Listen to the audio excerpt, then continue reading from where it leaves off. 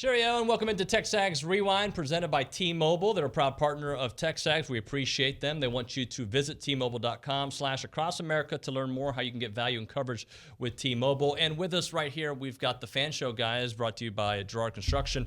And I want to do this like Monday Night Football. Everybody say who they are, like, Mike Evans, Texas A&M. All right, go ahead.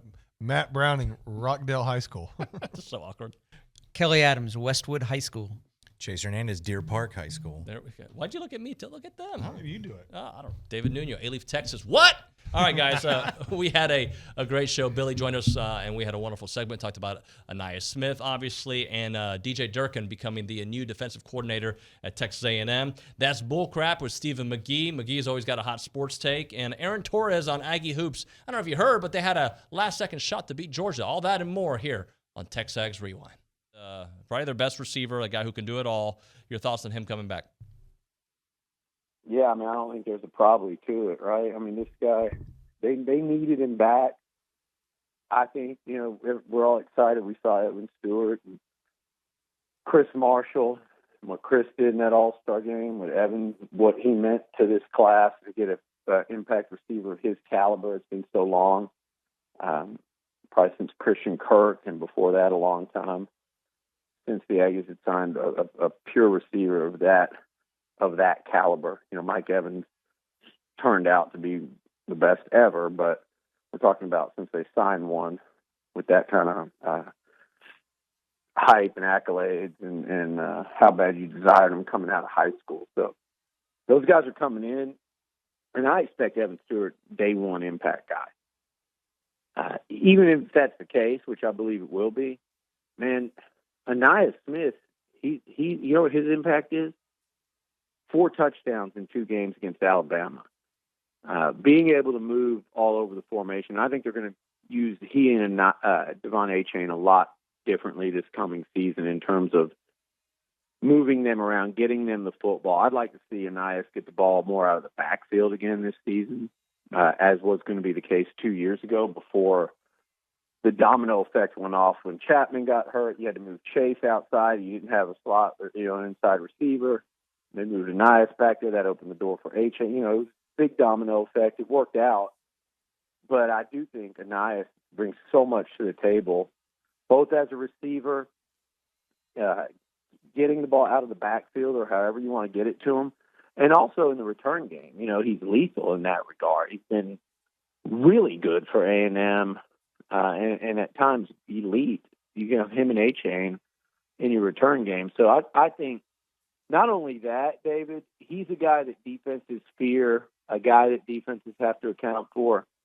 He affords Jimbo Fisher a lot of flexibility, and he's just a tough dude with a winning mindset. He's a tough guy, and he's a guy in that locker room that people respect because not only has he done it, but just the work ethic.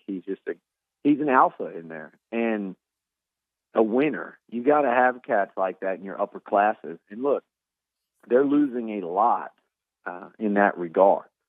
So get guys like him and Damani Richardson back, that's really significant. You lost however many seniors and guys to the draft that were team leaders last year, that were guys like Peavy and Clemens that were just grown men, superstars in the trenches like Leal and Kenyon Green.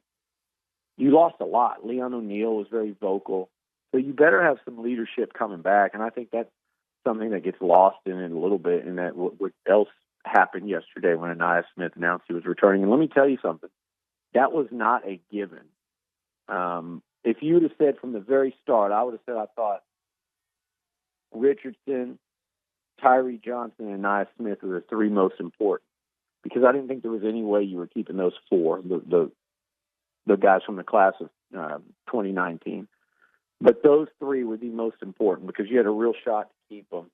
And if they're able to end up, and I know Damani hasn't announced anything yet, but I've always felt like there was a great shot that he would come back, and I still think he is. But if you return 2 of those 3, that's a big win for the Aggies. And Ainias might be the biggest one of them all when you look at the need at receiver. And I know there are guys coming back that have caught passes and scored touchdowns and made plays, but none of them has done anything close to what Ainias Smith has done over the last couple of seasons for this team.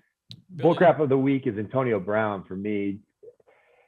Walking out, in the game, it was embarrassing, and especially on a championship caliber team, on a team with arguably the greatest football player to ever do it, Tom Brady. And it was dumb from a lot of different perspectives.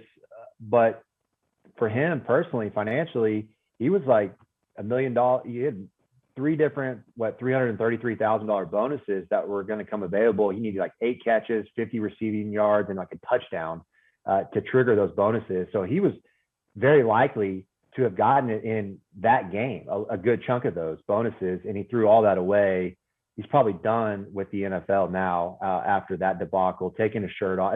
It was bad. It's a bad look for the NFL.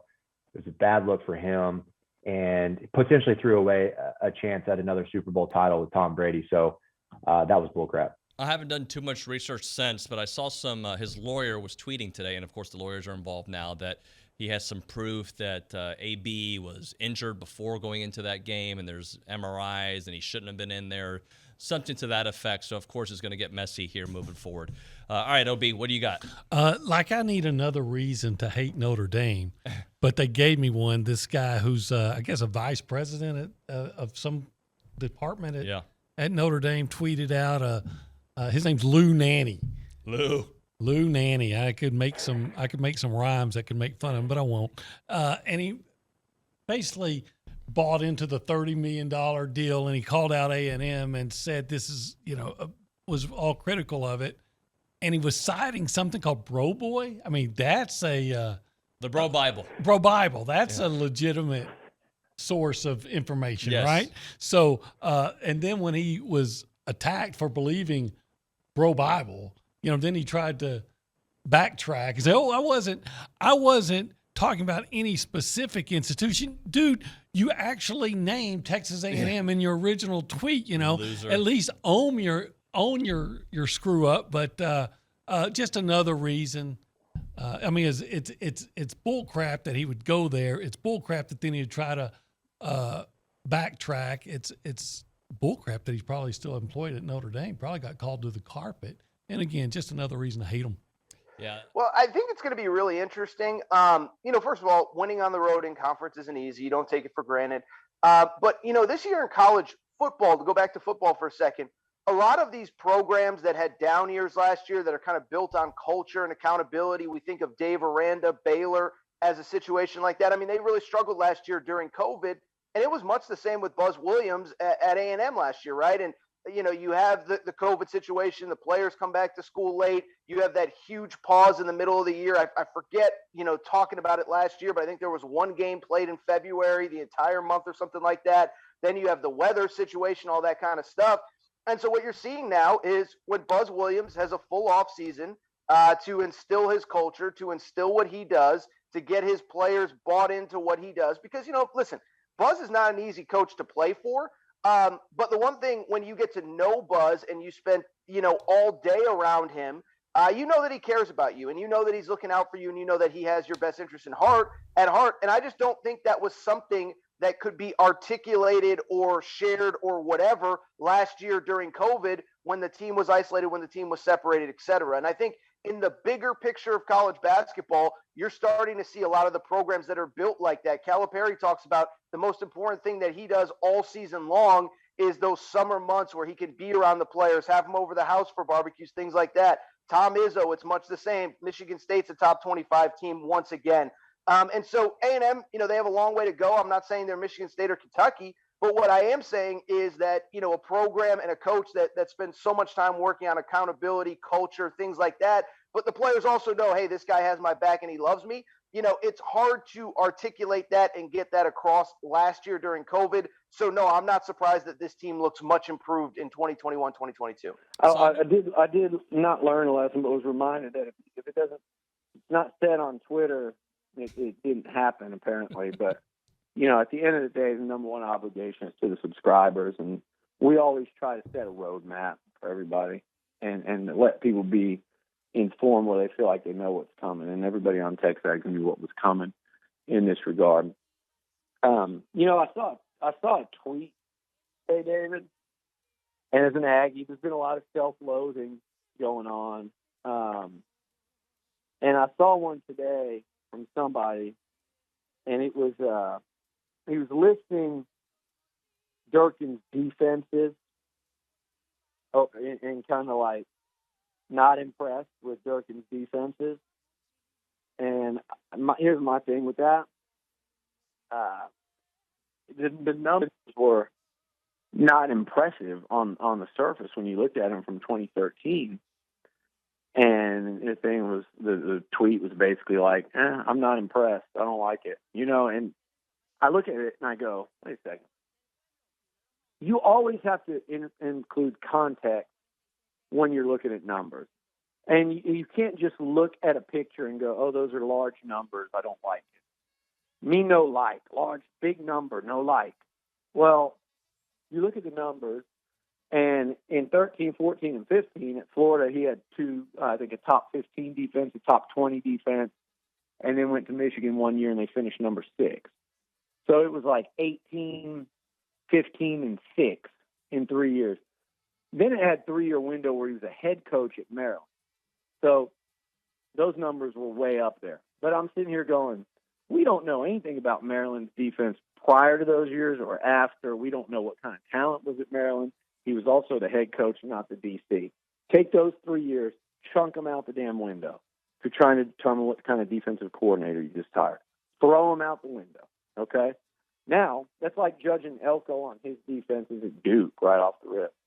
Then you go look at the last 2 years, and the Ole Miss defense his first year was atrocious. It was the worst one he's fielded, like 118. And then in year 2, they were 51. Nuno, that's 51 playing defense for Lane Kiffin, who's going for it on 4th down from his own 40 and 30 and being on the field for 2 minutes at a time for a long drive and up and down, up-tempo with Matt Corral. That's not even an accurate gauge. And that's 51 with very little NFL talent and certainly no first, second round talent. And I think, you look at going from 118 to 51 and coaching for a Lane Kiffin-led bunch, actually those numbers as a D coordinator were pretty damn impressive when you looked at them. I don't think people watch the end of the show. I think they watch like the good stuff and they get to this part, they don't watch it. So I do. So every time you watch, do you like and subscribe? Of course. Do you share? You don't watch YouTube. I don't watch YouTube. Yeah, I know. Like, did you see the look you just gave him? YouTube is fantastic. There's some really good content on it. YouTube, how do you do anything without YouTube? How do you YouTube, why do you watch Instagram, TikTok? I don't watch any. How do you winterize your house without YouTube? How do you build things? How do you connect your Wi-Fi and your Bluetooth and all that? You need YouTube to tell you how to do it. Or I just know how to do it. Okay, or that too. Bye.